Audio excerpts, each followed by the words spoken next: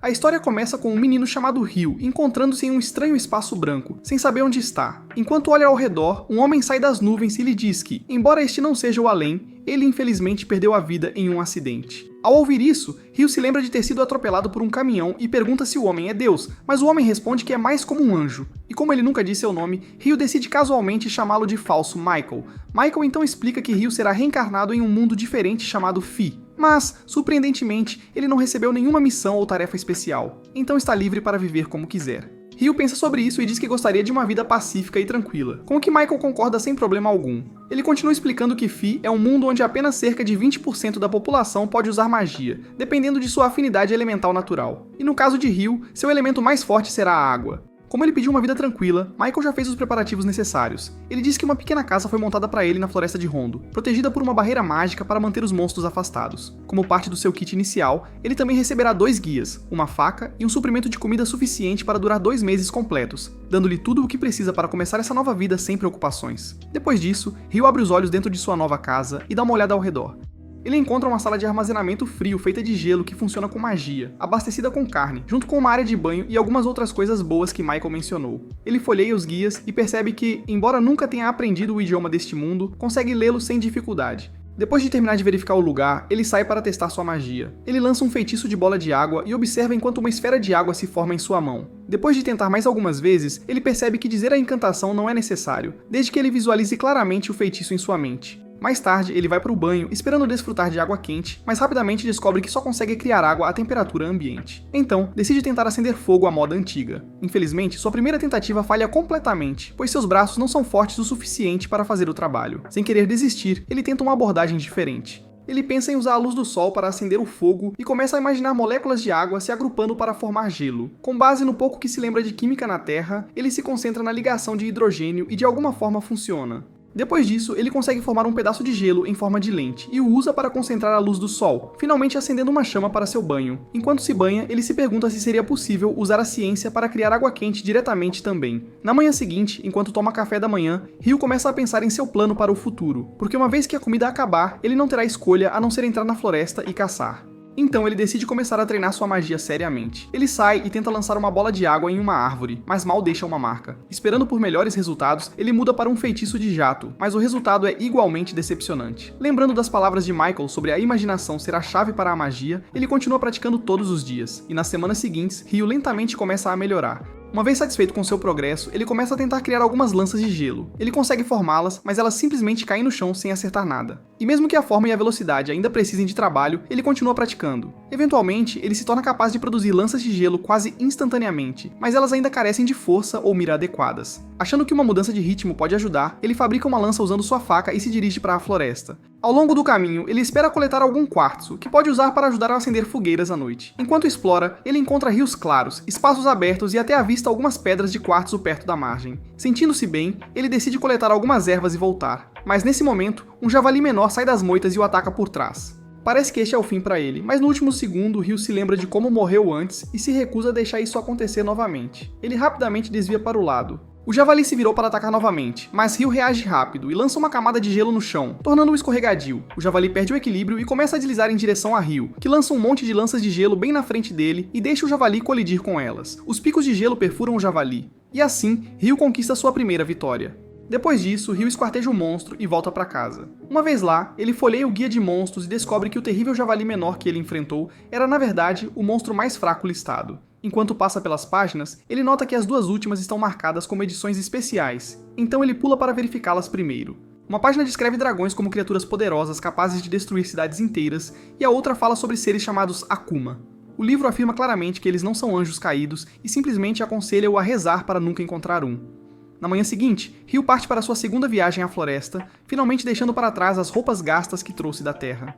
Desta vez ele encontra algumas frutas e começa a aproveitar o momento. Mas assim que desce da árvore, um monstro-pássaro enorme aparece de repente e o ataca. Pelo livro, ele o reconhece como um falcão assassino, uma criatura que pode usar corte de ar, que é um tipo invisível de magia de vento. Mas o verdadeiro perigo do monstro está em seu bico afiado como uma navalha. Ryu começa a correr de volta enquanto se defende dos cortes de ar criando paredes de gelo no ar. mas logo percebe que pode não ser rápido o suficiente para escapar. Ele dispara vários jatos de água no Falcão, mas ele desvia de todos com facilidade e então se prepara para acabar com Ryu usando uma habilidade de mergulho. Mas, pouco antes de a ave atingi-lo, Ryu forma um escudo de gelo na frente dela e a ave acaba colidindo com ele e cai perto de Ryu. Ryu tenta acabar com ele, mas o pássaro rapidamente se recupera e voa de volta com um olho ferido do impacto forte anterior. Ele olha para Ryu, reconhecendo-o como seu rival, e então voa para longe.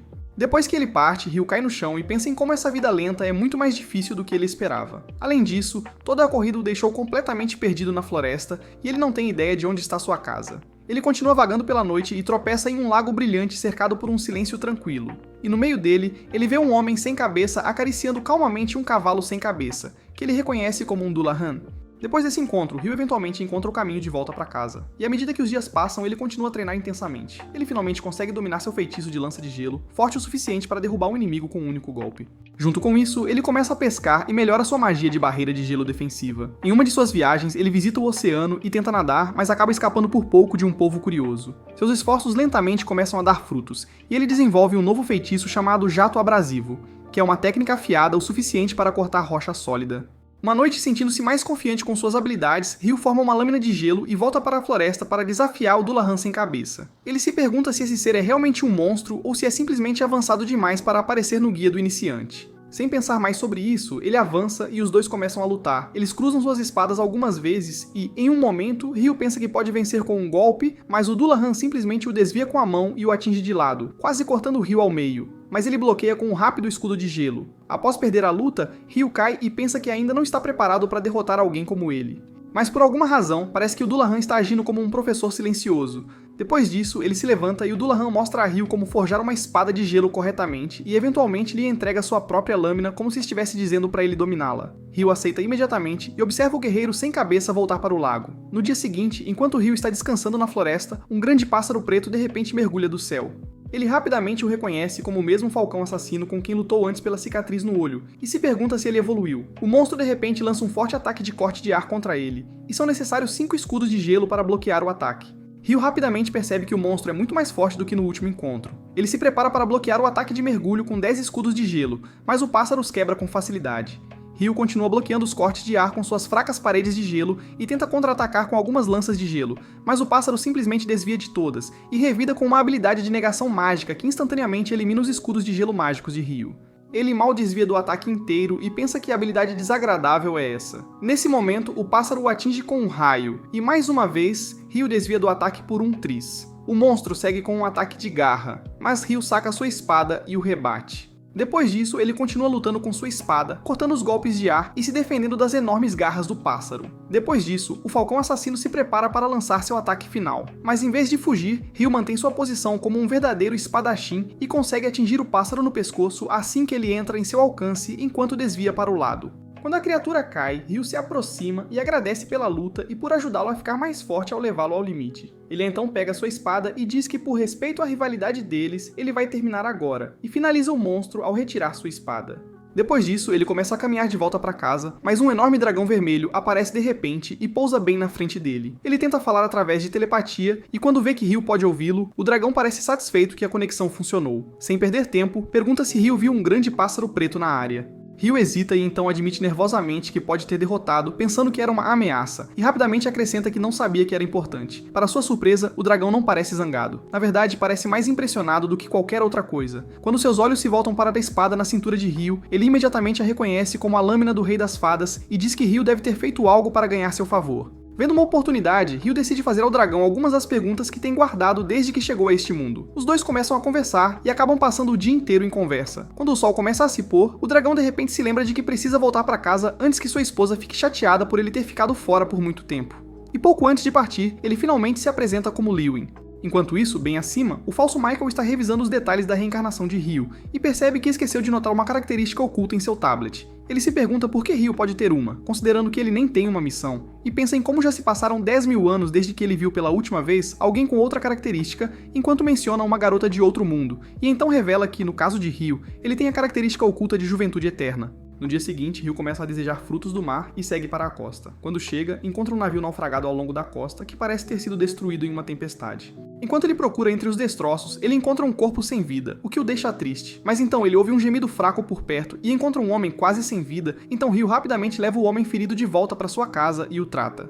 Algum tempo depois, o homem sonha com um naufrágio que o trouxe à costa e acorda se perguntando se ainda está vivo. Ele se vira e vê seus pertences cuidadosamente colocados na mesa ao lado dele e se levanta para sair, olhando ao redor do ambiente desconhecido e se perguntando silenciosamente onde ele foi parar. Rio logo sai para verificar como ele está, aliviado ao ver que ele está acordado. O homem fica chocado ao perceber que não conseguiu sentir a presença de Rio atrás dele e se pergunta por que ele está vestido tão mal. Mas então ele decide mostrar respeito ao seu salvador e se apresenta como Abel e agradece.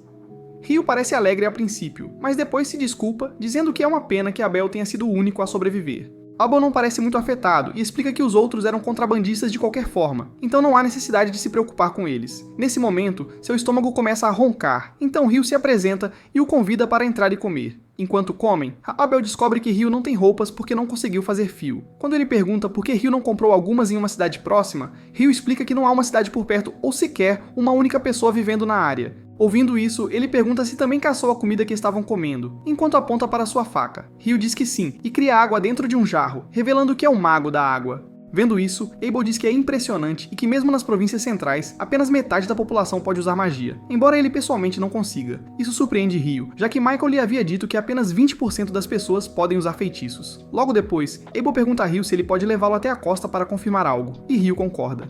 Enquanto atravessam a selva, Abel pergunta se Rio usa um cajado. Quando Rio admite que não tem um, Abel supõe que é por causa da vida difícil que ele leva. Pensando que Rio pode não ser muito útil em uma luta sem um cajado, Abel diz que assumirá a liderança se encontrarem algum monstro.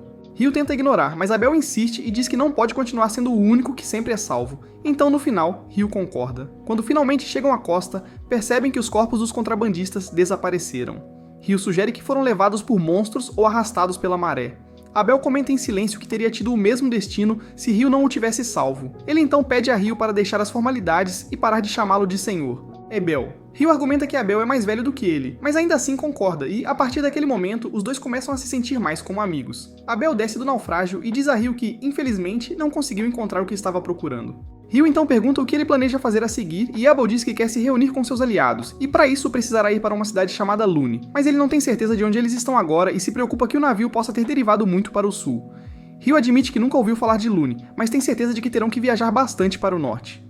Abel então faz um pedido ousado e pergunta a Rio se ele pode aceitar isso como um trabalho e acompanhá-lo como guia. Após uma breve pausa, Rio diz que está bem em ser o guia e sugere que partam amanhã, já que ele precisa de um pouco de tempo para se preparar. Mais tarde naquela noite, Rio começa a se preparar para entrar na selva. Quando Abel o vê e pergunta por que ele está saindo tão tarde, Rio responde que quer se despedir de alguém e que essa pessoa só apareceu nesse horário.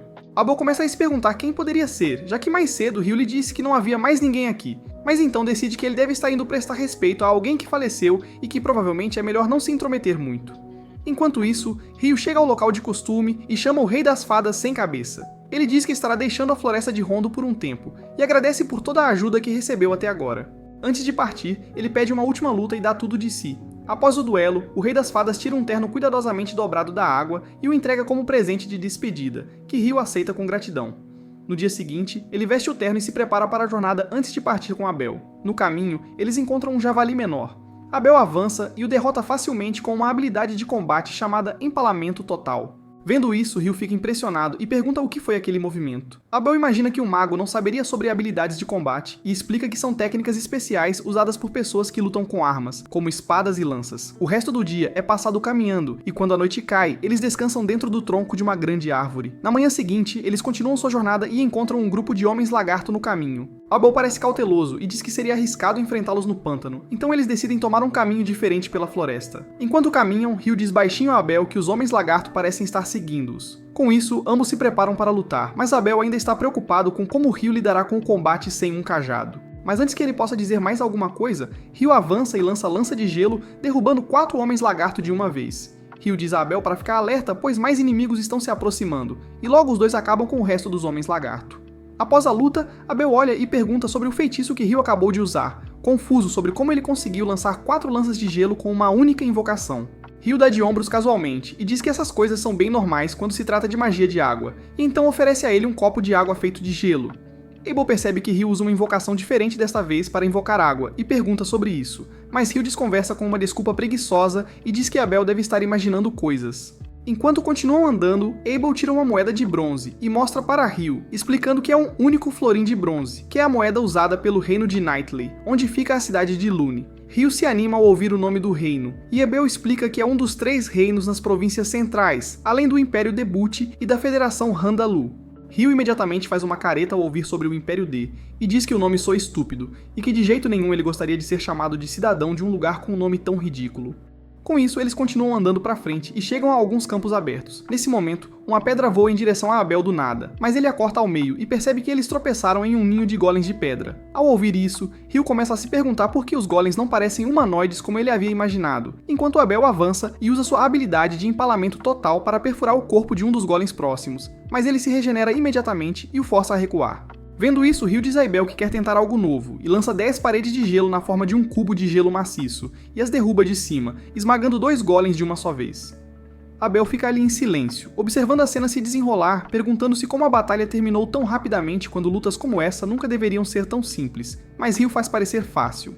Assim que derrubam o último golem, percebem que ele parou de se mover após tropeçar e cair de lado. Rio se pergunta se eles absorvem poder da Terra usando a enorme pedra mágica na parte inferior. E Abel diz que este deve ter derrotado outros monstros nesta área e absorvido sua experiência porque sua pedra mágica é de cor brilhante e é bem grande. Depois disso, eles coletam a pedra como saque, e Rio diz que gostaria de ter coletado as pedras dos outros golems também, mas, infelizmente, ele as esmagou todas com seus cubos de gelo. Pouco depois, eles encontram uma criatura gigante parecida com um hipopótamo, e Abel a identifica como um Behemoth. Rio se pergunta se deveriam derrubá-lo, mas Abel imediatamente desaconselha.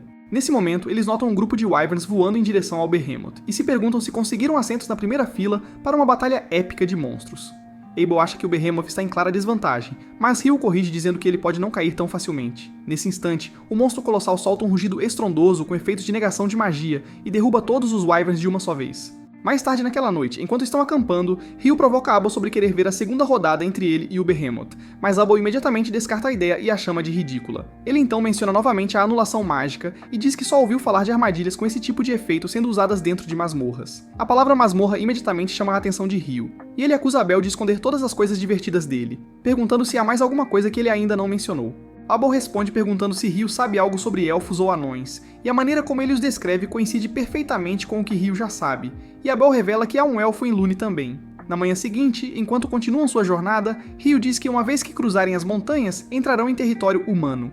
Isso faz Abel parar por um momento e perguntar como Rio sabe algo assim. A verdade é que o dragão vermelho lhe contou, mas em vez de dizer isso, Rio apenas desconsidera e chama de conhecimento além da compreensão humana, e de alguma forma Abel deixa passar sem questioná-lo mais. Enquanto os dois estão caminhando pacificamente, um grifo gigante aparece de repente do nada, assustando-os tanto que ficam paralisados. Pensando rápido, Rio joga um pedaço de carne no ar e diz a Abel para fazer o mesmo. O grifo aceita a oferta e voa embora sem causar alvoroço, deixando os dois soltarem um grande suspiro de alívio, sabendo que, se ele tivesse escolhido atacar, eles não teriam sobrevivido para contar a história. Abel diz que definitivamente há algo errado com este lugar, já que nenhum humano relatou ter visto grifos ou behemoths há séculos, mas Rio apenas dá de ombros e diz que esses humanos provavelmente não estavam procurando o suficiente. Enquanto continuam se movendo, eles encontram um grupo de wyverns desfrutando de sua refeição. Abel aponta que seriam necessários pelo menos 20 aventureiros experientes para enfrentar um grupo como este, e mesmo assim, ainda haveria grandes baixas. Mas Rio argumenta que, já que eles entraram no território dos wyverns, terão que lidar com eles de qualquer forma. Ele convence Abel a seguir com a luta e pergunta se seria mais fácil se ele pudesse prendê-los no chão. Abel diz que isso tornaria mais fácil matá-los, pois ele realmente conseguiria alcançá-los com sua espada, então Rio avança e lança lanças de gelo sobre as criaturas e deixa Abel acabar com elas. Depois disso, eles continuam usando essa combinação para derrubar todos os wyverns que aparecem no caminho, e conseguem coletar um monte de grandes pedras mágicas verdes deles. Abel se pergunta como conseguiram fazer isso tão facilmente, mas antes que possam aproveitar a vitória, outra onda de wyverns aparece em busca de vingança, e desta vez é Abel quem pula primeiro, já se tornando um viciado em batalhas graças à má influência de Rio. Quando os dois finalmente saem da monstruosa cadeia de montanhas, Abel olha ao redor e se pergunta onde eles foram parar, observando que definitivamente chegaram bem ao norte. Rio dá uma resposta cansada, mas honesta, dizendo que qualquer lugar fora do Império Debut é bom o suficiente para ele. E Abel o tranquiliza explicando que o Império fica ainda mais ao norte de onde estão agora. Nesse momento, Rio avista uma estrada que vai de leste a oeste. Enquanto se dirigem para lá, Abel olha para as montanhas imponentes atrás deles com uma leve expressão de inquietação, então aponta para o caminho em direção ao oeste e diz que deve levar à cidade de Kilad. A ideia de uma cama de verdade melhora o humor de ambos, e Abel faz uma forte recomendação sobre a comida local, afirmando que vale a pena a viagem só por isso. Naquela noite, os dois chegam à guilda onde Abel diz a Rio para ir em frente e se registrar. Ele explica que o cartão da guilda pode ser útil de várias maneiras e até cobrirá sua taxa de entrada, lembrando-o de que já pagou uma moeda de prata em seu nome e atuou como seu fiador desta vez. Rio brincou que isso soa como parte de um plano suspeito para recrutá-lo como servo, mas Abel desdenha da ideia, dizendo um barato. Truque como esse está muito abaixo dele, e então ele continua a explicar as verdadeiras vantagens de estar registrado na guilda, como poder vender pedras mágicas e materiais de monstros a melhores taxas. Caso contrário, ele diz que Rio teria que procurar um alquimista só para fazer uma venda. Nesse momento, a garçonete traz um prato de arroz com curry. Rio de repente se lembra de todas aquelas histórias de Isekai que ele leu onde o herói tinha que se esforçar muito só para provar curry, mas aqui está ele comendo sem mover um dedo. No momento em que ele prova uma colherada, adora o sabor e fica eufórico, até pedindo mais. No dia seguinte, ao saírem para Lune, Rio começa a se fazer de vítima novamente e acusa Abel de esconder mais um segredo dele. Ele faz cena como um príncipe exigindo respostas, desta vez perguntando a Abel se ele também está escondendo alguns doces deliciosos dele. Logo depois, os dois chegam à cidade de Lune, onde um guarda chamado Nimir fica visivelmente animado ao ver seu camarada perdido. Abel dá todo o crédito a Rio por ajudá-lo a voltar vivo, e Nimir o agradece pessoalmente. Abel até cobre a taxa de entrada de Rio, e os dois vão direto para a guilda. Lá, Abel diz a ele que pode até subir de classificação em seu registro apenas por estar com ele. Quando Rio pergunta o que isso significa, Abel explica que normalmente todos começam no rank F, mas se alguém tem o apoio de alguém acima do rank B, pode ser promovido para o rank D. Ao ouvir isso, Rio diz que está orgulhoso, já que isso deve significar que Abel tem um rank bem alto. Abel então fala sobre como um rank mais alto vem com vantagens, como empregos que pagam melhor, mas com a quantidade de pedras mágicas que Rio coletou, dinheiro não deve ser um problema tão cedo. Na verdade, ele está preocupado que se tentassem vender todas de uma vez, isso poderia até derrubar o mercado. Ainda assim, ele permanece positivo, dizendo que o mestre da guilda deve ser inteligente o suficiente para resolver isso sozinho. Depois disso, eles entram, e assim que os dois pisam na guilda, a recepcionista praticamente grita o nome de Abel, e o lugar inteiro se ilumina ao vê-lo vivo. Todos correm como se ele fosse uma espécie de celebridade. Cercado por rostos familiares e velhos amigos, Abel rapidamente é puxado para a multidão, enquanto Rio sorri discretamente e sai, pensando que talvez esteja atrapalhando. Na rua, o único elfo da cidade passa por ele e imediatamente nota a túnica que Rio está vestindo. Quando ele pergunta se há algo errado, ela responde que estava apenas admirando a túnica, chamando-a de notável e dizendo que ele parece uma pessoa interessante. Ela então se desculpa educadamente, dizendo que tem um lugar para ir, e acrescenta que espera que se encontrem novamente. Enquanto ela desaparece pela rua, a porta da guilda se abre e Abel sai procurando por Rio. No momento em que o vê, ele o agarra e o puxa de volta para dentro, apresentando-o a todos e chamando-o de seu salvador. Ele então anuncia que Rio se registrará como aventureiro, e a multidão o recebe calorosamente, agradecendo por salvar seu amigo e cuidar dele. Abel então leva nosso rapaz diretamente à recepcionista e pede para registrá-lo no rank D sob sua recomendação. O pedido claramente a pega de surpresa, já que ninguém da Espada Carmesim jamais recomendou pessoalmente alguém antes, e isso por si só diz muito sobre o quão valioso Rio deve ser. Enquanto a recepcionista parece entender o peso disso, ela ainda menciona o protocolo usual e diz que precisarão testá-lo primeiro para confirmar suas habilidades. Abel pede para falar com o mestre da guilda para resolver isso, junto com algumas outras coisas. Então a recepcionista organiza e diz para eles esperarem na sala de reuniões. No momento em que a notícia se espalha de que Abel está vivo, o mestre da guilda entra correndo e cai de joelhos com alívio. Abel corre para ajudá-lo a se levantar, pedindo desculpas por tê-lo preocupado tanto. O mestre da guilda não aceita, no entanto, e começa a desabafar sobre como tem passado por um verdadeiro inferno desde que soube que Abel havia desaparecido. Eventualmente, seus olhos pousam em Rio, e ele pergunta quem é o mago. Abel apresenta seu salvador mais uma vez, e o mestre da guilda responde se apresentando como Hugh. Ele então agradece a Rio, que responde dizendo que apenas aconteceu de estar no lugar certo na hora certa. Abel então menciona a recomendação de Rio de rank D, e quando Hugh pergunta se eles têm alguma prova para sustentar isso, Abel diz que Rio é muito mais forte do que ele, e casualmente coloca todas as pedras de monstros de alta qualidade na mesa, e diz ao mestre da guilda que eles pegaram essas dos monstros que derrotaram pelo caminho. Hugh leva um momento para processar o que está vendo antes de perceber que são pedras de Wyvern, e a julgar pela quantidade, teria sido necessário um exército completo para derrubar tantos. Abel diz que tem algo ainda mais assustador para acrescentar, revelando que eles caçaram aqueles Wyverns ao sul das Montanhas Maléficas. Ele diz a Rio que percebeu isso depois de olhar para a estrada para Keilati, e Rio imediatamente aponta que parece o tipo de nome feito para avisar as pessoas a ficarem longe. E o mestre da guilda confirma, dizendo que ninguém jamais saiu vivo daquele lugar, e a maioria das pessoas nem chegaria perto da área a menos que não tivessem outra escolha. Abel então argumenta que isso por si só já deveria ser mais do que suficiente para justificar a promoção de Rio, e o mestre da guilda concorda. Nesse momento, os companheiros de equipe de Abel aparecem, e a maga deles, Lin, cai de joelhos. Abel corre até a porta e pede desculpas por tê-los preocupado. Depois disso, o mestre da guilda diz a Abel e seus companheiros, Lynn, Rhea e Warren, que podem ficar com a sala para eles e pede à recepcionista Nina que leve os materiais de registro necessários para o escritório dele junto com Ryu. Quando Ryu sai, Abel o chama e pede para ele esperar na recepção após o registro, pois há um lugar onde ele quer levá-lo depois. O mestre da guilda então leva Ryu para seu escritório e diz que o grupo de Abel, a Espada Carmesim, é o grupo mais forte da cidade. Ryu então pergunta se ele realmente deveria começar no rank D, mas o Guildmaster diz para ele não se preocupar, dizendo que, embora Abel seja um prodígio, ele sabe com certeza que nem mesmo Abel poderia derrotar um enxame inteiro de Wyvern sozinho. Ele então dá um tapinha no ombro de Ryu, dizendo que isso significa que ele deve ser realmente habilidoso, e fica um pouco surpreso com o quão sólido ele é para alguém que supostamente é um mago.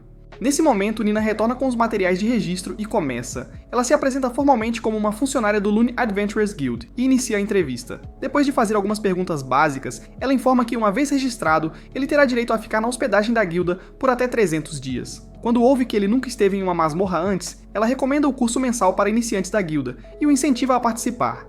Ryu demonstra mais interesse do que o esperado, e assim que a entrevista termina, ela pede para ele colocar a mão no cristal para completar o registro. Para seu alívio, ele não explode nem se quebra como naquelas cenas de anime com personagens isekais superpoderosos. Tudo corre bem, e assim, ele recebe seu cartão oficial da guilda. Depois que os dois saem, o mestre da guilda solta um suspiro profundo. E é bom relaxar um pouco agora que Abel está de volta. Com sua carga de trabalho acumulando desde que ele desapareceu, ele agora sente um alívio genuíno e decide silenciosamente que deve uma a Ryu, por trazê-lo de volta em segurança. Enquanto isso, após concluir seu registro, Ryu se encontra novamente com Abel, que o puxa para coletar a recompensa pela missão de escolta. No caminho, Abel oferece-se para comprar-lhe algumas roupas adequadas e talvez até um cajado, mas Ryu não tem certeza do porquê precisaria de um e pergunta sobre isso. Mas Abel diz casualmente que apenas assumiu que todos os magos usam cajados. Ryu dá de ombros e diz que está bem lançando magia sem um, e então acrescenta que luta de perto usando uma espada. Isso surpreende Abel, já que ele nunca viu Ryu carregando uma. Então Ryu puxa sua lâmina, mas para Abel parece mais uma faca grande do que uma espada. Enquanto caminham, Ryu começa a fazer algumas perguntas básicas sobre o mundo, e descobre que os dias da semana, o número de horas em um dia, até mesmo como medem as coisas em centímetros, tudo é exatamente igual à Terra. E com o Curry já existindo aqui, parece específico demais para ser coincidência. Juntando tudo, Ryu conclui que alguém deve ter sido trazido para este mundo muito antes dele. Assim que terminam as compras, Abel o leva para a festa que está sendo realizada para celebrar seu retorno. Na manhã seguinte, Nana mostra a Ryu o caminho para as acomodações da guilda enquanto ele reclama de ter bebido demais na festa na noite anterior. Nana diz a ele que o anfitrião da festa, Rod, não queria que Ryu fosse embora cedo, já que considerava Abel um irmão e se sentia profundamente em dívida com Ryu por trazê-lo de volta. Logo depois, Ryu é levado para o quarto número 15, onde ele vai dividir o espaço com dois outros garotos da sua idade. O energético se apresenta como Nils, enquanto o loiro quieto se chama Ito. Quando Nana sai, Nils imediatamente começa a falar sobre como Nana é fofa, deixando muito claro que ele tem uma queda séria por ela. Mas Ito diz diretamente que ele não tem chance, especialmente com toda a concorrência por aí. Mas Nils permanece confiante, dizendo que é o sonho de todo cara fazer sucesso e conquistar uma mulher bonita. Ao ouvir isso, Ito não se incomoda em discutir e se volta para Ryu, perguntando se eles podem manter as coisas informais e amigáveis entre eles. Nesse momento, Nana retorna e apresenta um novo colega de quarto chamado Amon, que parece um pouco mais jovem que os outros. Antes de sair novamente, ela lembra Ryu de estar pronto no dia seguinte junto com Amon, já que ambos estão programados para a sessão de treinamento na masmorra. Enquanto isso, Abel está tendo dificuldades para convencer sua equipe sobre as habilidades de Ryu. Lin argumenta que Muro de Gelo é claramente um feitiço de água, mas é tão fino que até um corte de ar básico deveria ser capaz de atravessá-lo. Ela diz que torná-lo mais espesso e jogá-lo em golems parece mais algo saído de um conto de fadas. Enquanto Lin continua a insistir, Rhea intervém para acalmá-la, lembrando-a de que Abel está apenas compartilhando o que viu. Lin eventualmente recua, mas ainda se recusa a acreditar que derrubar Wyverns com lanças de gelo seja possível, especialmente porque essas criaturas são protegidas por barreiras de vento. Rhea então menciona que o único mago conhecido por realizar feitos como os que Abel descreveu foi o lendário Mago do Inferno. Ela admite que Ryu parece uma descoberta rara, mas também compartilha sua preocupação de que, se alguém como ele se alinhasse com o Império Debutia, seria uma ameaça séria. Mas Abel não parece preocupado, e quando perguntam por quê, ele diz que Ryu odeia o nome Debutia, o que soa igualmente bobo para o resto da equipe. Ryu e o novo garoto, Amon, começam seu primeiro curso de exploração de masmorras juntos. E após 5 dias de palestras, o professor finalmente conclui a parte teórica. Com isso fora do caminho, é hora de ganhar experiência prática. Então ele anuncia que eles irão para a primeira camada de uma masmorra real. Amon imediatamente começa a entrar em pânico, mas Ryu diz para ele se acalmar, avisando que se continuar se estressando assim, ele vai acabar se esgotando antes mesmo do meio-dia chegar. Antes de saírem, o professor abre espaço para perguntas e Ryu levanta a mão. Ele pergunta se é possível teletransportar-se instantaneamente para uma camada de masmorra uma vez que ela já tenha sido limpa.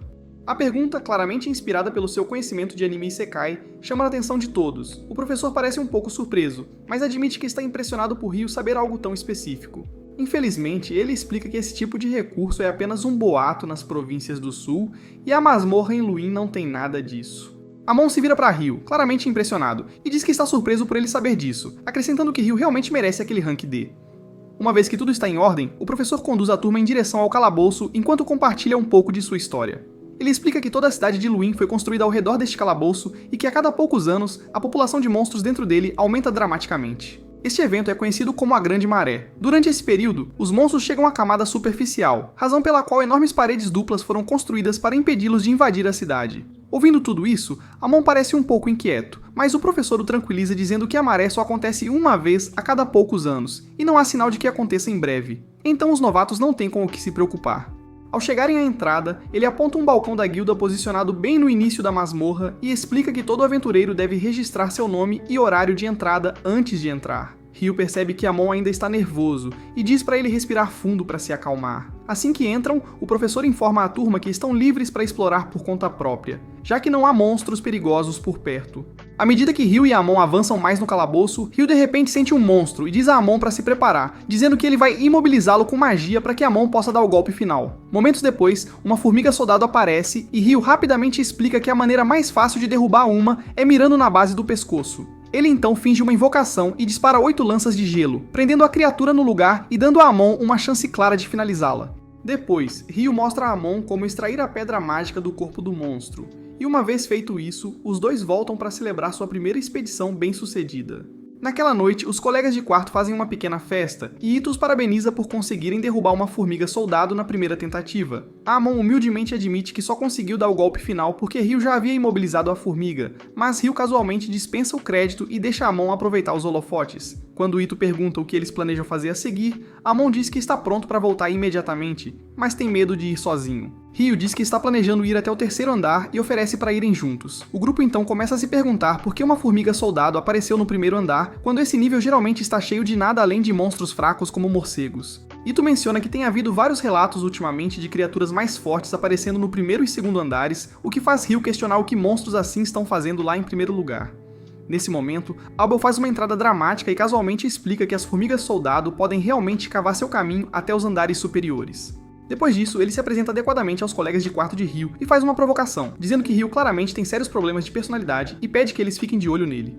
Ao ouvir isso, Ryu retruca, perguntando se ele está realmente tão desesperado para começar uma briga. Enquanto isso, os outros de repente percebem com quem estão falando e congelam. Miles de repente se levanta e nervosamente se apresenta como um espadachim e diz que, como um aventureiro de classificação F, ele vê Abel como um herói. Ele está honrado em apertar sua mão, o que Abel aceita humildemente enquanto lhe diz para continuar trabalhando duro, mas não tanto a ponto de se esgotar. Ryu então pergunta por que Abel está bisbilhotando tão tarde e Abel explica que a missão que seu grupo pegou durou mais do que o esperado. Bem na hora, sua equipe aparece claramente irritada por ele ainda estar brincando em vez de se apresentar na guilda. Abel afirma que está apenas fazendo seu trabalho como um veterano responsável, ajudando a guiar os novatos. Lin diz a Warren para lidar com ele, e o cara levanta Abel sobre o ombro como um saco de batatas e sai sem dizer uma palavra. Depois disso, Lin se aproxima de Ryu e o encara diretamente nos olhos antes de se virar e ir embora sem dizer uma palavra. Ryu rapidamente pede desculpas pela intrusão inesperada e diz que o líder deles era urgentemente necessário. Enquanto o esquadrão Espada Carmesim se afasta, ela começa a repreender Lin por ser rude e diz pra ela parar de encarar Ryu, mas Lin diz que se Ryu realmente é aquele mago de alto nível, então não há como ela não se interessar. Ao ouvir isso, Abel diz que em breve eles verão do que seu salvador é realmente capaz. Na manhã seguinte, Amon caminha até a masmorra com Ryu, e uma vez lá dentro, os dois encontram uma matilha de lobos, mas conseguem derrotá-lo sem muita dificuldade. Depois disso, eles se sentam para recuperar o fôlego, e Ryu menciona que o estilo de luta de Amon o lembra um pouco do de Abel. Amon diz que aprendeu com seu professor chamado Kiro em sua aldeia, que costumava ser um aventureiro que aprendeu em uma grande academia chamada Escola Hum, embora ele não tenha certeza absoluta. Ryu diz para ele não pensar demais e comenta que, se continuar assim, pode até alcançar Abel algum dia. Ao ouvir isso, Amon aponta que Ryu também é bem habilidoso com a espada, especialmente para um mago, e Ryu explica que teve a sorte de treinar com alguém há muito tempo, embora não saiba se consideraria experiente, já que seu estilo é original. Antes de seguirem em frente, ele dá a Amon algumas dicas sobre controle de resistência e consistência, dizendo que viajou com Abel por um bom tempo e que ele sempre praticava suas formas logo pela manhã. Amon ouve atentamente e diz que também se esforçaria tanto quanto em seu treinamento. No dia seguinte, Ryu decide fazer uma pausa na masmorra e vai à biblioteca para aprender mais sobre alquimia. O bibliotecário lhe dá uma rápida visita guiada e indica por onde ele deve começar. Mais tarde, naquele meio-dia, ao sair, o céu de repente começa a escurecer e ao olhar para cima, Ryu percebe que é um eclipse, mas sente que algo está errado. Nesse momento, um poderoso feitiço de fogo o atinge por trás, e ele mal consegue bloqueá-lo com um rápido lançamento de várias paredes de gelo. Quando o fogo se apaga, uma demi-humana aparece, e pela aparência dela, Ryu supõe que ela pode ser um daqueles Akuma mencionados nas páginas especiais do Guia de Monstros em sua cabana. E julgando pela força dela, ele imagina que ela é provavelmente tão forte quanto um Behemoth ou um Grifo. Ele considera fugir, mas a mulher não lhe dá a chance e lança outro feitiço de fogo. A princípio, Ryu consegue se manter firme, mas então ela o atinge com uma lança de vento no ombro. Ryu rapidamente puxa sua espada e recua, grato que o manto do Rei das Fadas o salvou de um ferimento grave. Isso também surpreende a garota Akuma, que diz que já é impressionante ele conseguir enfrentar seu fogo infernal, mas ser capaz de anular sua lança de vento foi loucura. É então que seus olhos caem sobre o manto que ele está vestindo e pergunta se é do Rei das Fadas. Ela então puxa sua espada e diz que terá que cortá-lo à moda antiga, e avança com um golpe. Ryu também puxa sua lâmina e a encontra com um choque, e ambos começam a trocar golpes. Em um momento, a Akuma quase consegue cortar Ryu, mas ele se esquiva para trás e atira nela com várias lanças de gelo. A garota corre ao redor, desviando de todos eles enquanto o eclipse começa a desaparecer e Ryu se pergunta se ela está usando magia de vento para aumentar sua velocidade. Nesse momento, a Akuma salta com um golpe pesado, forçando Ryu a bloqueá-lo com sua espada. Ela então o chuta para trás e pergunta por que o Rei das Fadas confiaria a alguém como ele tanto seu manto quanto sua espada e pergunta quem ele realmente é. Depois disso, ela cria uma bola de fogo, mas antes que possa terminar de lançar seu feitiço, Ryu a interrompe com sua magia de gelo, deixando-a chocada com a rapidez dele. Ela o chama de monstro, então avança com sua espada. Ryu desvia de todos os ataques dela e atira nela com várias lanças de gelo, mas ela as derrete com uma parede de fogo antes de invocar algumas paredes de terra do chão como escudos. Aproveitando a poeira levantada, Ryu atira nela com vários jatos de água do céu e consegue feri-la um pouco. Depois disso, ele avança para acabar com ela, mas o Akuma atravessa a parede à sua frente e enfrenta o ataque de Ryu de frente. Durante o confronto, Ryu percebe que os ferimentos dela estão se curando muito rápido, enquanto ela o empurra de volta para um prédio. Ela então se prepara para atingi-lo com uma bola de fogo, mas Ryu já a cercou com várias gotas de água fervente. Enquanto a chuva escaldante cai sobre ela, ela solta um grito e se protege com uma cúpula de terra antes de explodir para fora dela com uma expressão louca, olhando para Ryu. Ela então caminha para frente e nota que o eclipse está quase acabando, e diz a ele que está ficando sem tempo. E é triste porque não se lembra da última vez que se divertiu tanto lutando com alguém. Ela então se apresenta como Leonor antes de perguntar quem ele é. Ryu responde com seu nome e a chama de Akuma, o que a faz parar. Ela está surpresa que um humano sequer saiba sobre o tipo dela, e murmura que deveria tê-lo eliminado quando teve a chance, embora admita que provavelmente não teria sido possível de qualquer forma, não com o limite de tempo ainda em vigor. Ao se virar para ir embora, ela diz a Ryu que, dado o quão forte ele é, ele definitivamente enfrentará outros Akuma, e diz para ele não morrer antes que ela possa matá-lo ela mesma.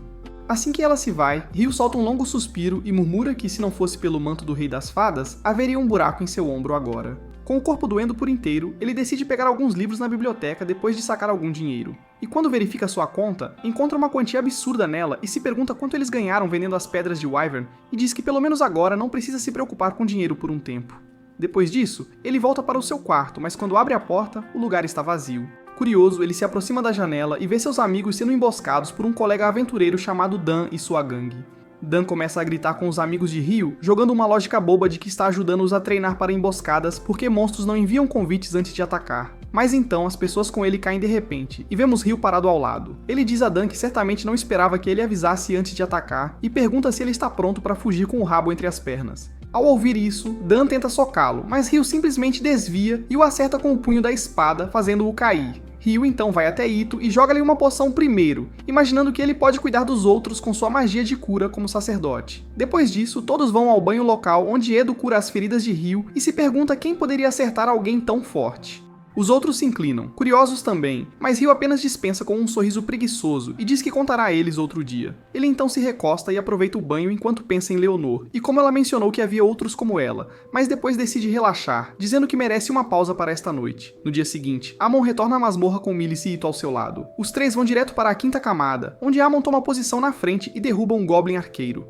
Depois de derrotar o monstro, Ito usa cura menor nele e trata o pequeno ferimento. Ito então argumenta que arqueiros goblins nem deveriam aparecer na quinta camada, e algo nisso parece estranho. Milice complementa compartilhando algo que aprendeu com Abel, dizendo que a sobrevivência deve sempre ser a prioridade deles. Ele então sugere que voltem à superfície e dividam seus ganhos em 3 partes iguais.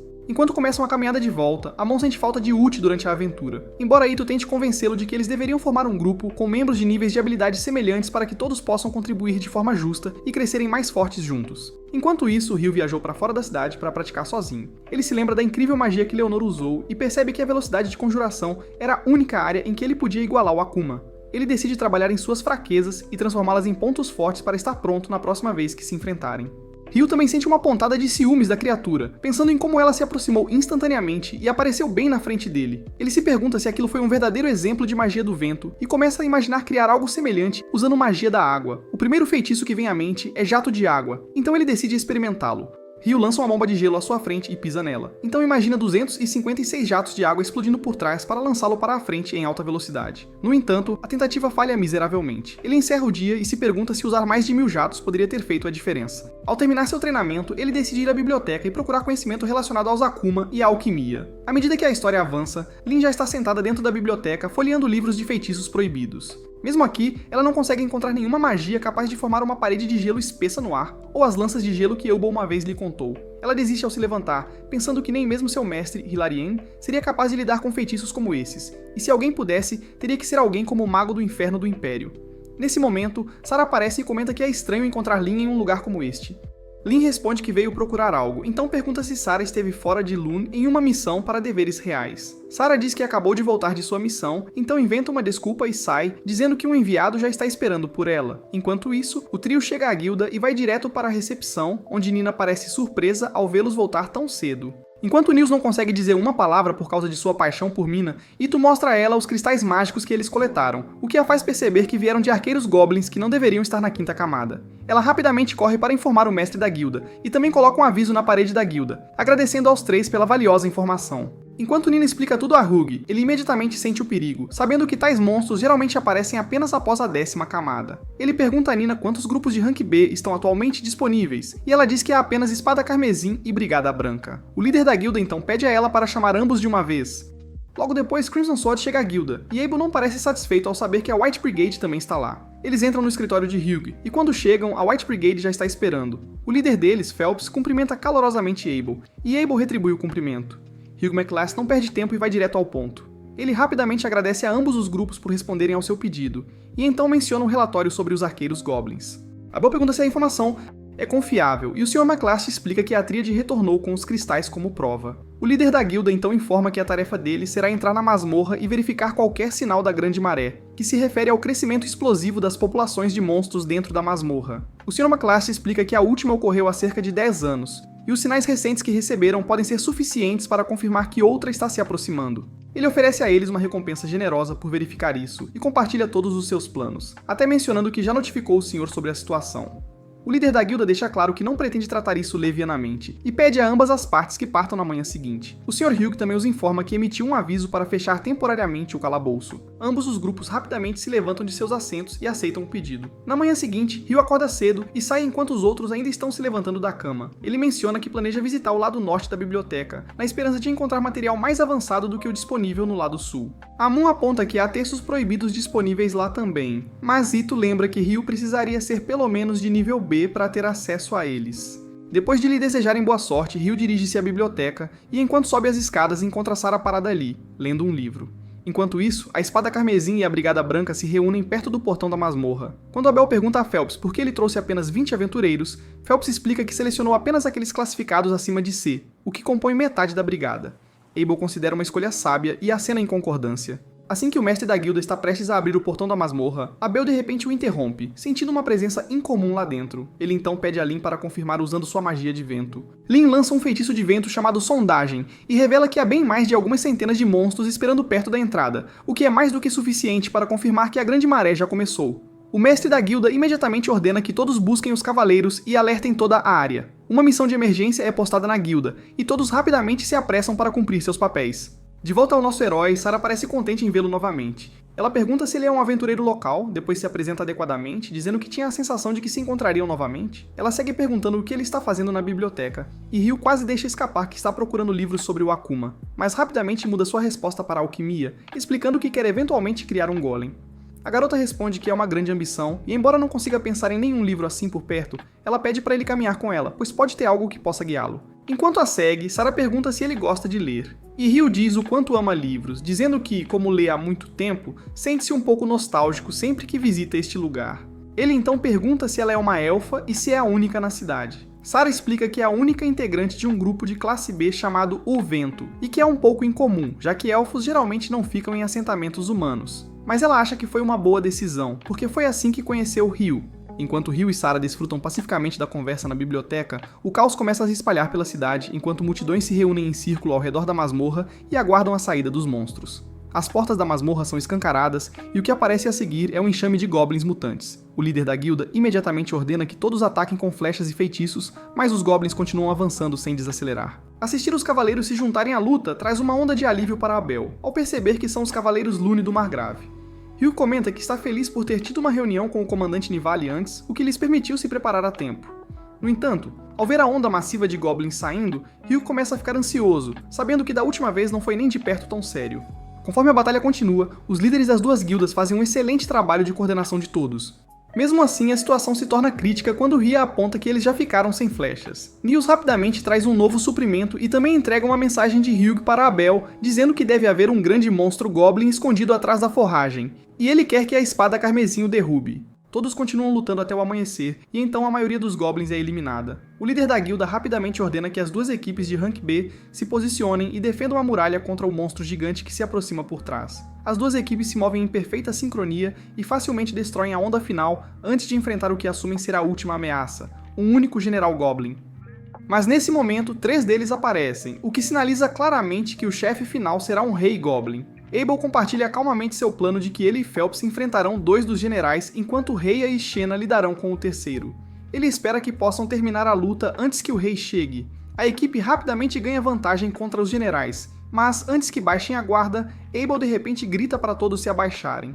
Um corte de ar violento atravessa o campo de batalha, lançando os 3 generais goblins pelos ares com um único golpe do rei goblin. Abel fica atônito com o fato de tanto poder vir de um simples movimento casual de um braço, e ainda mais chocado que o rei sacrificou voluntariamente seus próprios homens. Sem perder tempo, Abel avança com Phelps e ataca usando sua impecável habilidade Espada das Sombras, seguida por um empalamento real, mas mesmo isso não consegue derrotar a besta. Phelps começa a entrar em pânico, mas Abel chama Lin para usar sua chuva de balas. Felizmente, seu plano funciona e o ataque cai perfeitamente, trazendo o Rei Goblin de joelhos, finalmente acabando com o caos. Na superfície, Sarah e nosso rapaz permanecem completamente alheios à luta que está acontecendo. Eles se despedem após passarem uma noite agradável juntos, sem ideia da tempestade que acabou de passar. Naquela noite, quando Ryu chega à Guilda dos Aventureiros, ele se sente confuso ao ver todos comemorando por algum motivo. Enquanto isso, o líder da guilda acabou de terminar toda a papelada que tinha que lidar por causa da maré alta, incluindo pedidos de fundos e avaliações dos aventureiros que participaram. O velho acha o trabalho exaustivo, sentindo-se sobrecarregado com cada pensamento. Depois de algum tempo, Ryu finalmente descobre por seus colegas de quarto que os aventureiros estão celebrando a Grande Maré. Nose explode de empolgação ao falar sobre as notáveis conquistas de Abel contra o Rei Goblin, explicando como Abel deu o sinal para Lin, após o qual ela lançou um dos feitiços de vento mais poderosos chamado Chuva de Balas, e como Abel conseguiu até desviar dele.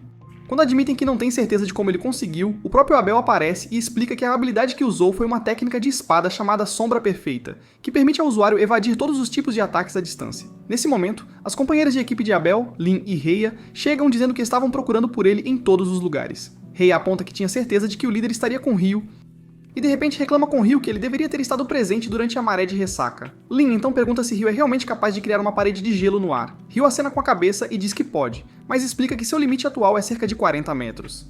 Ele acrescenta que levou muito tempo e esforço para alcançar esse nível. Percebendo que isso está muito além do que a maioria das pessoas poderia conseguir, Lin fica curiosa e pergunta se é um feitiço original. Ela explica que, pelo que sabe, a maioria dos magos simplesmente recita os encantamentos criados por outros, em vez de desenvolver os seus próprios. Ryu responde que tem uma maneira diferente de pensar, pois argumenta que os encantamentos são puramente uma questão de preferência pessoal. Sua resposta deixa Lin surpresa, e enquanto ela fica ali espantada, Ryu se desculpa e vai comer algo.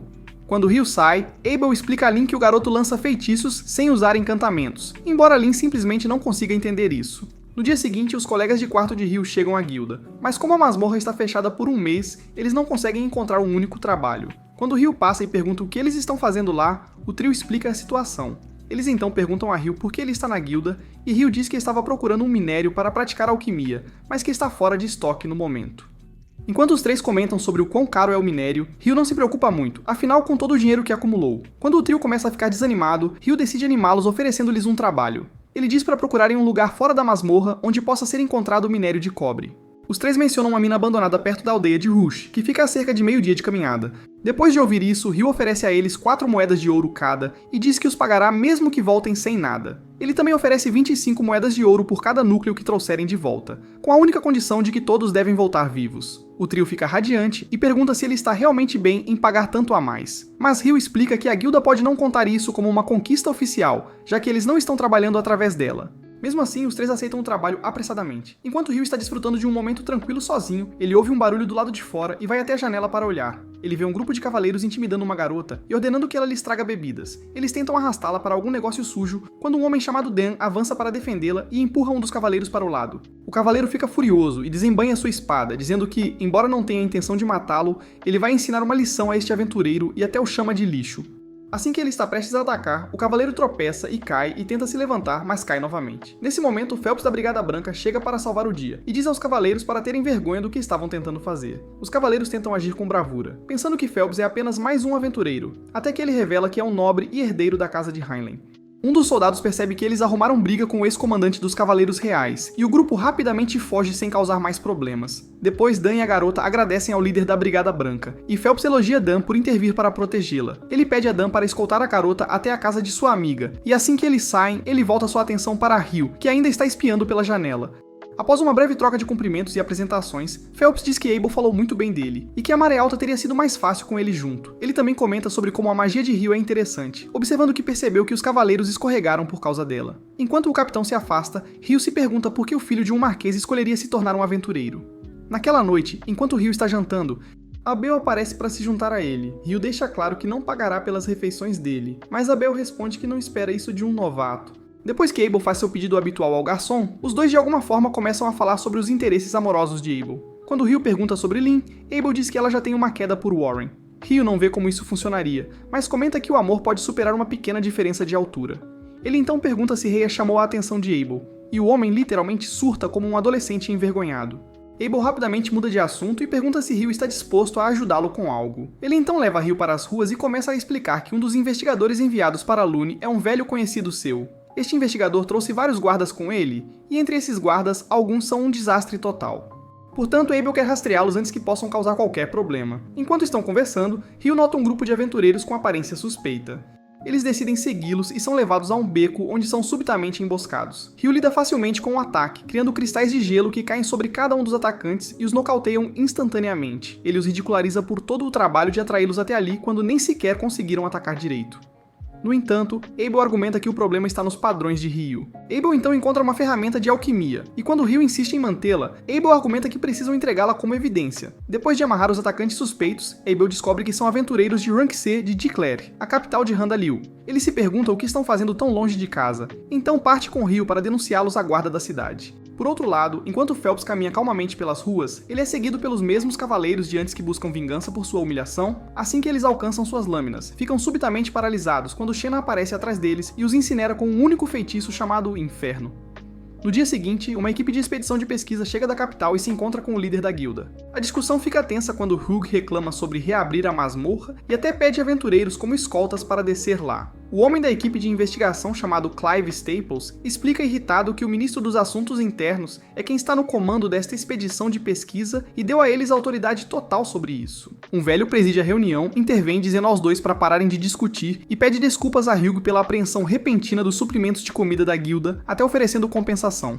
Clive permanece firme em seu plano de reabrir a guilda e Hugh aceita, o que faz Clive sorrir. Mas antes que ele possa ficar muito satisfeito, Hugh avisa que se algo acontecer aos aventureiros de Lune, eles não serão responsabilizados. O velho diz a Clive que a condição é justa e pergunta a Hugh se eles podem pagar aos aventureiros acima das taxas padrão. Hugh diz que isso depende inteiramente dos aventureiros e os avisa para prosseguir na masmorra com cautela, já que não há como saber o que podem encontrar lá. Rio dirige-se ao local onde o Crimson Sword Party está hospedado, esperando encontrar uma cafeteria decente. Nesse momento, uma garota sai apressada pela porta, correndo de um lado para o outro antes de correr até ele e implorar que ele a mostre o caminho para a guilda, pois ela tem uma carta para entregar. Rio não quer abrir mão de sua refeição, mas ainda assim decide ser um cavalheiro e a guia até lá. Na guilda, a garota entrega a carta ao Crimson Sword Party, explicando que é do professor Hilarion. Abel a abre e descobre que Hilarion quer que eles apoiem o mago da corte na investigação da masmorra. Quando Rio aponta que a masmorra deveria permanecer fechada, Abel explica que isso foi porque um grupo de nível A, com um aventureiro de nível S de primeira classe, desapareceu dentro dela após a última grande maré.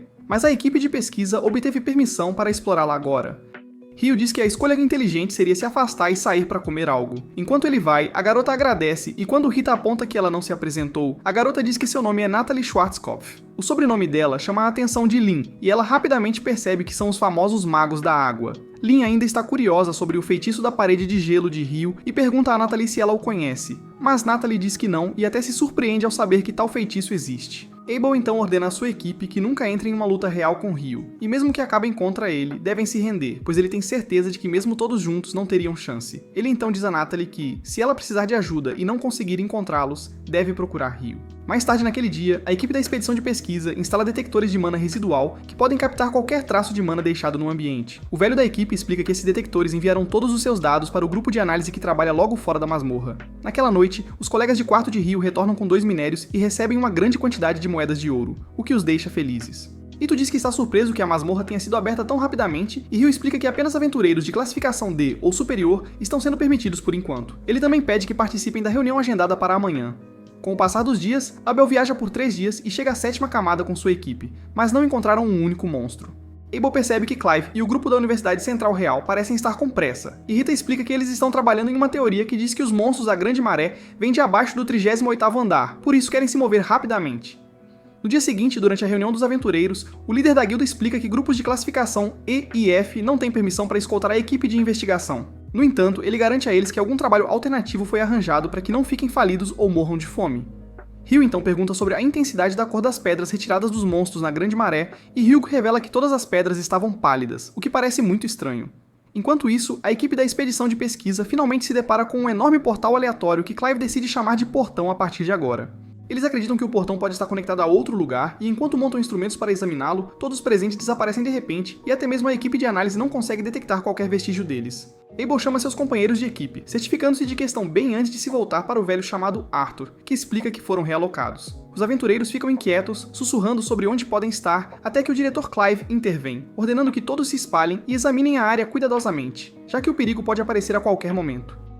Um dos homens se aproxima de Clive, perguntando o que aconteceu, e Hugh responde que deve ter sido teletransporte, por isso descobrir a localização atual deles é a principal prioridade. Eles começam a se perguntar se isso foi obra do portão, mas Clive descarta a teoria anterior sobre os monstros estarem restritos abaixo do nível 38, considerando-a falsa. Agora ele suspeita fortemente que o próprio portão foi a fonte de todos os monstros. Mesmo assim, Clive admite que este incidente pode acabar sendo uma bênção disfarçada, talvez até levando-os a descobrir a verdadeira raiz da Grande Maré. Um sorriso se espalha em seu rosto ao imaginar essa descoberta se tornando sua escada para a promoção como chefe de departamento. Enquanto isso, de volta à cidade, à medida que as leituras desaparecem de repente, a equipe de análise começa a se preocupar, já que isso é algo que não deveria ter acontecido em circunstâncias normais.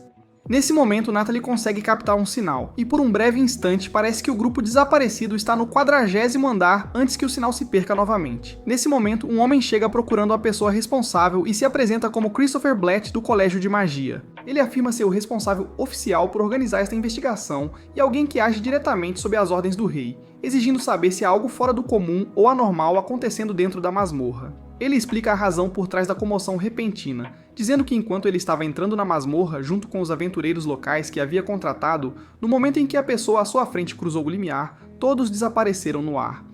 Natalie argumenta que eles não são os únicos cujas leituras desapareceram, e Christopher Blatt imediatamente perguntou à pessoa responsável se eles confirmaram outros avistamentos desse tipo, ao que a resposta foi que sim, mas apenas no 10º nível. Blatt então pergunta se receberam mais algum sinal deles depois, e quando Natalie responde que foi apenas por um instante, ele pergunta onde exatamente, e a resposta é que o sinal que detectaram foi do 40º nível. Blatt fica visivelmente inquieto, já que isso é muito profundo, pois o mais longe que qualquer aventureiro já chegou foi apenas até a 38ª camada, e além disso, o nível de dificuldade além do 30º andar requer pelo menos grupos de classificação B. O responsável então explica que o grupo de classificação B, Espada Carmesim, estava escoltando essa equipe, então há uma grande chance de que todos estejam juntos lá. Ele acrescenta que já enviou um mensageiro para a guilda e pediu ao mestre da guilda que viesse assim que pudesse. Nesse momento, Natalie se lembra de algo e sai correndo. Enquanto isso, Ryushi é abordado pela recepcionista Nina, que o informa que algo está errado com a masmorra. Toda a equipe de investigação desapareceu e eles precisam dele na entrada imediatamente. Ryuko fica tenso, temendo que Abel e a Crimson Sword também possam ter desaparecido. Ele rapidamente se prepara para partir, instruindo-a a reunir o contato deles no ponto de verificação da masmorra. Ele também diz para ela manter essa informação em segredo dos aventureiros até que ele possa confirmar o que realmente está acontecendo. Por outro lado, enquanto o caos se agita na cidade, Ryu está calmamente vagando pela biblioteca em busca de livros que deseja ler. Ele sobe as escadas na esperança de ver Sarah e, para sua alegria, ela aparece. Ele diz a ela que estava esperando comparar registros de eclipses passados e grandes marés. Sarah sorri e se oferece para ajudá-lo a encontrar os registros. Enquanto caminham juntos em direção à seção certa, ela pergunta se ele acha que pode haver uma conexão entre eclipses e a grande maré. Ryu simplesmente descarta a pergunta, mas Sarah continua insistindo que acredita na teoria dele sobre a conexão entre... Os dois podem realmente estar corretos. Ela explica que, de fato, houve um eclipse logo antes desta grande pororoca. Mas, ao contrário do passado, nunca houve um eclipse total como o que aconteceu desta vez. Ela também parece curiosa sobre como Ryu conseguiu pensar na mesma conexão que ela, enquanto o próprio Ryu sabe que não pode simplesmente dizer a ela que estava lutando contra um Akuma no meio daquele eclipse. Quando ela o olha com aquele olhar curioso, quase como se perguntasse o que realmente está passando pela cabeça dele, ele de repente muda de assunto perguntando se ela sabe o que determina a vivacidade de uma pedra mágica. Sarah permite que ele desvie a conversa e responde que quanto mais tempo um monstro vive, mais vívida sua pedra se torna. Ryu concorda, acrescentando que aprendeu a mesma coisa durante sua jornada, mas admite que esse fato o fez se perguntar sobre a tonalidade das pedras dos monstros durante o tédio, já que a maioria delas era pálida. Se as pedras fossem vívidas, faria sentido, pois isso significaria que apenas monstros de nível inferior vieram à superfície. As pedras pálidas só poderiam sugerir que os monstros tinham acabado de surgir recentemente. Ele até argumenta que os monstros-chefes também parecem ser surgimentos recentes, e isso o leva a formar algumas teorias próprias. Depois de ouvi-lo, Sarah decide levar o garoto para ver os registros de marés anteriores, embora ela avise que os documentos podem não estar nas melhores condições. De volta à masmorra, enquanto Abel conversa com Arthur sobre a situação estranha, ele sugere que pode ser teletransporte, e que eles podem estar em um nível diferente da masmorra ou em um lugar completamente diferente. Ele então pergunta ao grupo se seus instrumentos estão funcionando corretamente, e descobre que até mesmo os dispositivos de rastreamento estão funcionando normalmente, o que deixa a linha animada, pois isso significa que ainda podem receber alguma ajuda. Abel direciona seu foco para o velho, e pergunta se algo está incomodando, e Arthur responde que é o próprio ar. Arthur então se vira para Ria e pergunta se isso lhe lembra algo, ao que ela explica que parece exatamente com o interior da Praça do Santuário, um feitiço que apenas os sacerdotes de mais alto escalão eram capazes de lançar. Ria concorda e argumenta que é a forma suprema de magia defensiva, conhecida como um milagre divino, e além disso, disse que desvia todos os feitiços ofensivos, bem como ataques físicos. Abel argumenta que isso significaria que eles estão presos dentro de algum tipo de barreira, e Ria concorda, já que eles não conseguem sentir onde está o limite. Abel então diz a Lin para usar sua sonda para verificar, e ela relata que pode sentir cerca de 1000 humanos espaçados 500 metros de distância, junto com 50 formas de vida que ela nunca encontrou antes. Arthur supõe que Clive e sua equipe devem ter sido teleportados para cá também, e Abel acha que seria melhor se reagrupar com eles. Enquanto isso, o líder da guilda chega perto da masmorra e é informado sobre o que aconteceu, incluindo o relato de um sinal que veio brevemente do 40º andar. Ele não consegue acreditar, já que mesmo se mobilizassem todos os aventureiros da cidade, nenhum conseguiria chegar tão longe. Blatt então compartilha sua preocupação sobre como essas pessoas desapareceram tão de repente. Ele se desculpa dizendo que nem ele nem seus subordinados poderiam entrar na masmorra nessas circunstâncias. E o líder da guilda concorda com ele enquanto espera que a equipe eventualmente retorne. Com segurança. De volta à masmorra, os aventureiros estão sendo queimados por chamas arroxeadas lançadas pelos monstros. Eles tentam erguer suas barreiras, gritando para todos entrarem, enquanto os que ficam do lado de fora estão rapidamente perecendo. O medo se espalha quando o grupo percebe com que facilidade essas criaturas estão rompendo suas barreiras. Clive os reconhece imediatamente, confirmando que são demônios, os mesmos seres sobre os quais ele só tinha lido antes. Os monstros dominam todos com pouco esforço, e embora Abel e sua equipe consigam chegar a um lugar seguro, todos sentem uma onda gelada de desconforto. Ria explica que os demônios deveriam ser mais fortes do que qualquer humano. Lin pergunta por que tais monstros apareceriam aqui, mas Arthur interrompe e diz para deixarem as especulações para depois. Assumindo o comando, ele ordena que todos os magos preparem seus ataques e imobilizem os demônios. Surpreendentemente, o feitiço de lança de alguém se mostra altamente eficaz, embora Ria se lembre de que a magia deveria ter sido inútil contra eles. Eles tentam elaborar um plano, e Arthur pede uma segunda rajada de ataques mágicos, embora se preocupe que possam ficar sem mana antes que a batalha termine.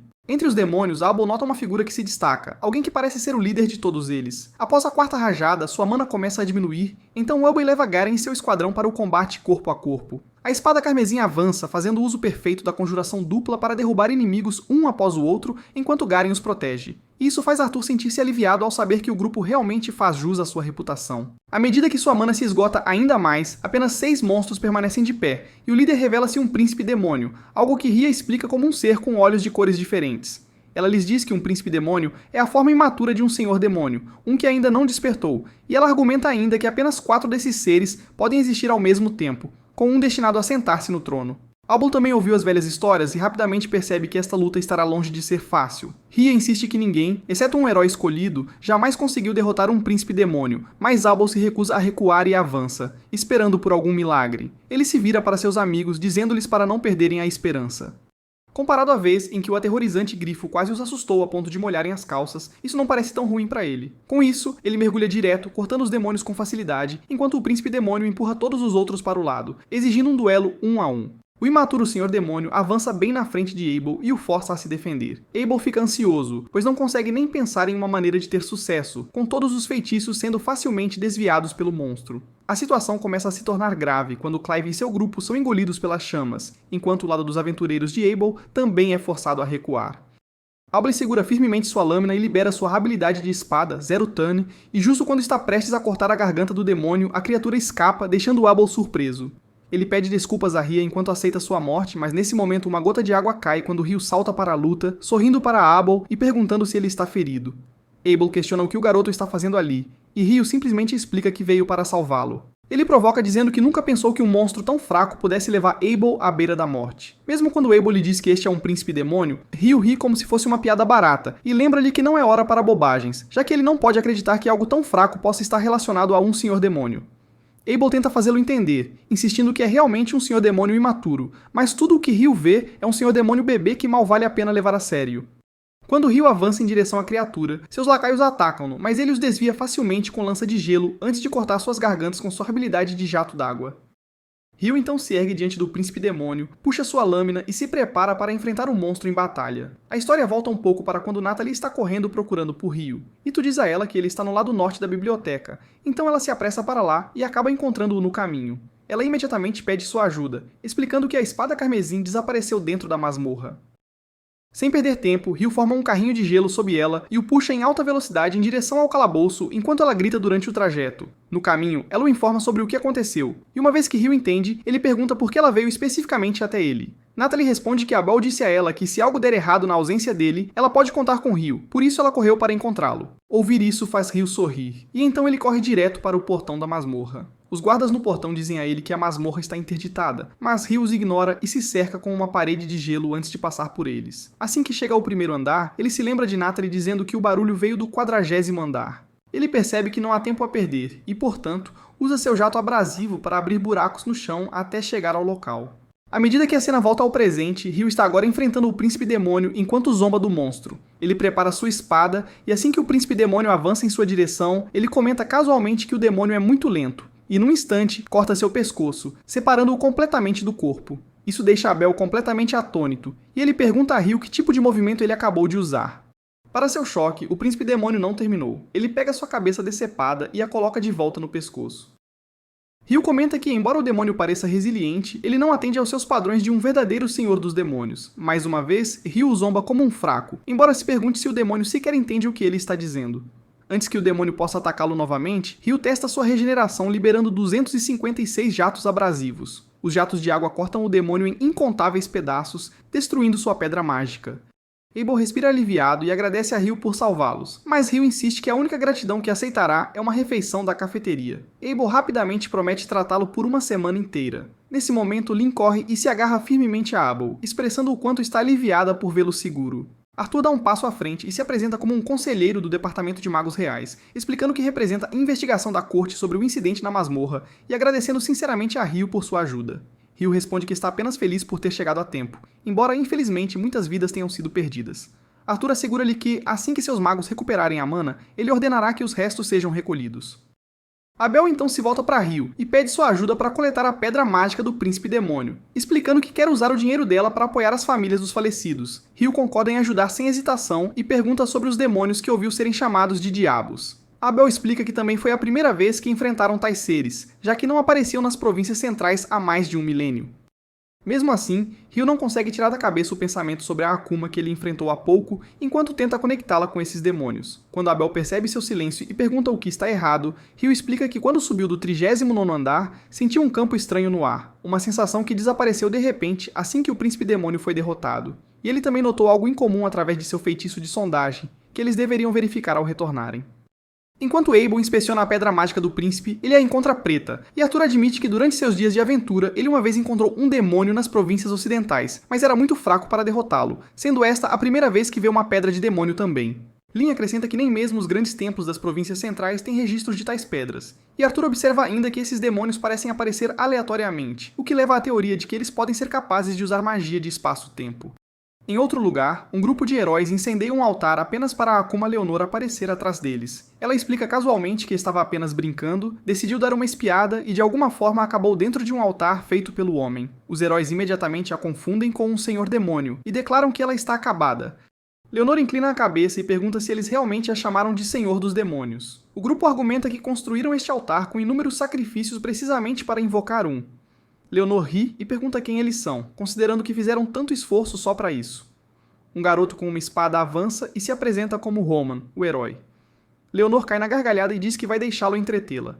Num piscar de olhos, ela aparece diante dele e enfia a mão diretamente em seu abdômen. Ao vê-lo desabar, ela suspira de decepção, chamando tudo de anticlimático. Enquanto o resto do grupo se prepara para atacar, Leonor aparece diante deles e provoca, perguntando se não deveriam estar mais preocupados com o chamado herói deles. No caminho de volta, ela agarra a joia sagrada de cor preta, comentando que pelo menos levá-la fará a viagem valer algo, já que a luta em si foi entediante. Antes de partir, ela esclarece que não é uma senhora demônio, e até diz a eles que há humanos que estão à altura de sua força. Lembrando de Rio, ela sorri, e diz a Roman que ele deveria pelo menos almejar se tornar o humano mais forte. As palavras dela deixam o grupo de heróis completamente abalado, especialmente quando ela acrescenta que existem humanos por aí 10.000 vezes mais fortes do que ele. De volta à masmorra, Rio e os outros se encontram com os aventureiros contratados por Clive, antes de retomar a investigação, onde descobrem um orbe preto rachado que parece estar conectado à estranha anomalia que Rio havia sentido antes. Arthur admite que nunca viu nada parecido, e o sela dentro de uma bolsa de barreira onde nenhum mana pode passar, considerando que é a única evidência que possuem. No caminho de volta à superfície, Abel agradece a Rio mais uma vez, mas Rio lembra-o de sua promessa de alimentá-lo por uma semana inteira, até mencionando Kirby como parte do acordo, e meio que brincando avisa que se Abel esquecer, ele o cortará em pedaços menores do que o demônio que enfrentaram. Quando retornam à superfície, o líder da guilda elogia o trabalho deles, e Abel agradece a Natalie por ter trazido Rio. Ryuk sente-se aliviado ao ver Abel vivo e deseja que ele aceite trabalhos mais seguros na superfície, mas seu alívio rapidamente se transforma em repreensão ao criticar Ryu por ignorar os guardas e entrar de cabeça na masmorra. Ryu pede desculpas, mas Arthur intervém e diz ao líder da guilda que eles só estão aqui por causa de Ryu. Ryuk se assusta e exige uma explicação, e Arthur o leva para a tenda para explicar tudo. Lá, Arthur explica a Ryuk que, além do príncipe demônio, quase 50 demônios estavam esperando por eles lá dentro. O argumento é que isso não deveria ser uma surpresa, já que foi Arthur junto com o grupo de Abel. Mas Arthur admite que, apesar da força de Abel, ele quase perdeu a vida para o príncipe demônio, e por pura sorte, Ryu apareceu no momento perfeito e salvou o grupo de uma morte certa. Arthur se volta para o líder da guilda e pergunta quem realmente é esse garoto. E enquanto Arthur expõe tudo o que sabe sobre ele, os dois concordam silenciosamente que um mago tão sem precedentes deve permanecer do lado deles. Com isso em mente, eles decidem manter Ryu escondido daqueles aristocratas sem cérebro, garantindo que não haja registros oficiais de suas conquistas. À medida que a cena muda, Ryu avança rapidamente com seus colegas de quarto lutando para acompanhar, instando-os que o mais importante é apenas continuar se movendo enquanto ele facilmente os ultrapassa. Cortando por um beco, ele fica inquieto, ansiando por uma batalha real, diferente daquela com o príncipe demônio que terminou antes mesmo de começar. Mas o cheiro repentino de Curry o atrai e o leva diretamente a Sarah. Ela o cumprimenta com um sorriso, insistindo que não há lugar melhor para Curry do que em Lune, e o convida a sentar. Ambos pedem curry de média picância, e enquanto conversam, Sarah descobre que Ryu se registrou diretamente no nível D, o que ela acha impressionante. Assim que os pratos chegam, eles desfrutam da refeição juntos antes de saírem do restaurante, onde Ryu pergunta se ela é uma aventureira, já que nunca a viu na guilda. Sarah explica que agora trabalha como instrutora de esgrima para a Ordem dos Cavaleiros do Margrave Lune, e quando Ryu reage com leve surpresa, ela se inclina mais perto dizendo que é muito mais forte do que parece e até o convida para uma batalha simulada. Enquanto o leva para o campo de treinamento, Sarah provoca dizendo que ele parece estar ansioso por uma luta, e Ryu pergunta como ela sabe que ele também usa uma espada.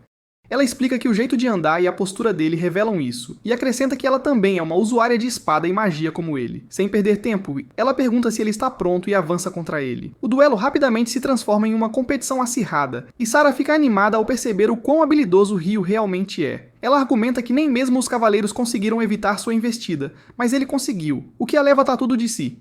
Ryu luta para acompanhar e mal consegue desviar da enxurrada de ataques dela, até que finalmente sua lâmina é cortada ao meio, forçando-o a se render. Sarah corre e o abraça apertado, elogiando-o como incrível. Ryu pergunta se ela estava usando magia de vento para impulsionar seus movimentos e admite que foi impressionante.